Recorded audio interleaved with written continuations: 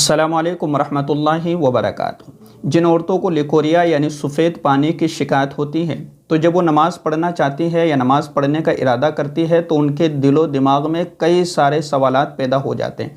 जैसे सफ़ेद पानी के निकलने की वजह से कपड़े पाक रहेंगे या नापाक हो जाएंगे, क्या हमारा वज़ू टूट जाएगा या हमें गुस्ल करना ज़रूरी है।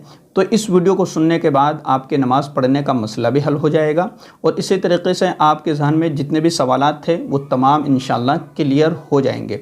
तो सबसे पहले समझें कि कपड़ों का क्या हुक्म है।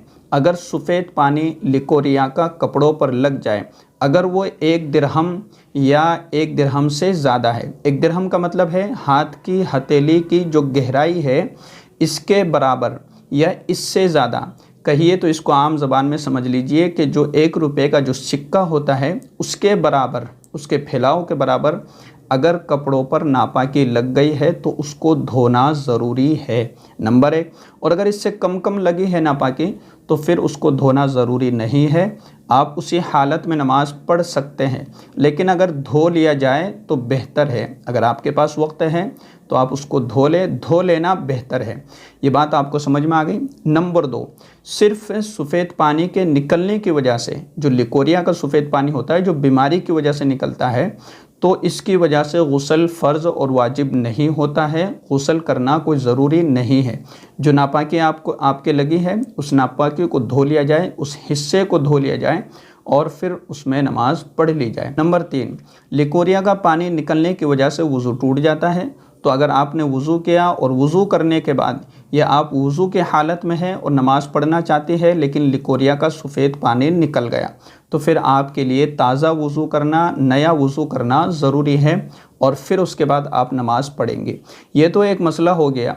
अब आपको ये बात समझना है कि वो औरतें जिनको लिकोरिया का पानी मुसलसल निकलता है, तसलसल के साथ निकलता रहता है और ये एक ऐसी बीमारी लग गई है कि किसी भी वक्त और कभी भी आ जाता है, इसका कोई वक्त टाइम फिक्स नहीं है, यानी मुकम्मल एक नमाज के वक्त को ये बीमारी घेर लेती है। जैसे ज़ोहर की नमाज से लेकर के असर की नमाज तक ये जो पूरा वक्त है, इस पूरे वक्त में इस औरत को इतना भी टाइम नहीं मिलता कि ये औरत मुकम्मल पाकी के साथ नमाज अदा कर सके। यानी वज़ू करती है, वज़ू करने के बाद फ़ौरन लिकोरिया का पानी निकल आता है। तो अब इस औरत के लिए क्या मसला है, इस औरत के लिए क्या हुक्म है, ये नमाज कैसे पढ़ेगी। ये तो मजबूर है, माज़ूर है, क्योंकि किसी भी हाल में पाक नहीं रह सकती। तो अब इस औरत के लिए हुक्म है कि ये वज़ू करेगी और वज़ू करने के बाद चाहे इसको सफ़ेद पानी आए या ना आए ये नमाज़ पढ़ लेगी। इसी तरीके से कपड़ों का हुक्म है कि लिकोरिया का पानी लग रहा है तो कोई दिक्कत नहीं, हथेली की गहराई के बराबर हो या इससे ज़्यादा लग रहा हो तो भी कोई हरज की बात नहीं है, इसकी नमाज हो जाएगी। लेकिन ये जो वज़ू करेगी, ये वज़ू इस एक वज़ू से एक ही नमाज अदा कर सकेगी, एक ही वक़्त की।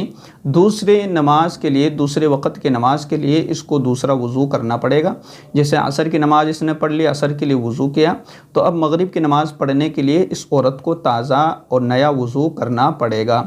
और रही बात कपड़ों की, तो मैंने आपको मसला बता दिया और इस ताल्लुक़ से मैंने एक तफसीली वीडियो बनाई है, उसमें आपको पूरी क्लियर बात समझ में आ जाएगी कि जिन औरतों को तसलसल के साथ मुसलसल और हमेशा ये पानी जारी रहता है और किसी भी हाल में बंद नहीं होता, तो उनको वो वीडियो देख लेना चाहिए, तो उससे उनके काफ़ी सारे मसाइल हल हो जाएंगे इंशाअल्लाह। तो ये बात आपको समझ में आ गई होगी।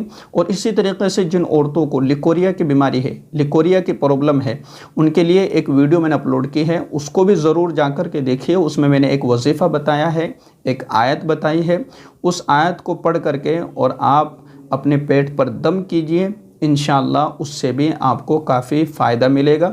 दोनों वीडियो की लिंक इस वीडियो के डिस्क्रिप्शन में मैं दे दूंगा इंशाअल्लाह, और आखिर में एंड स्क्रीन पर भी उस वीडियो को लगा दूंगा ताकि आपके लिए देखना आसान हो जाए।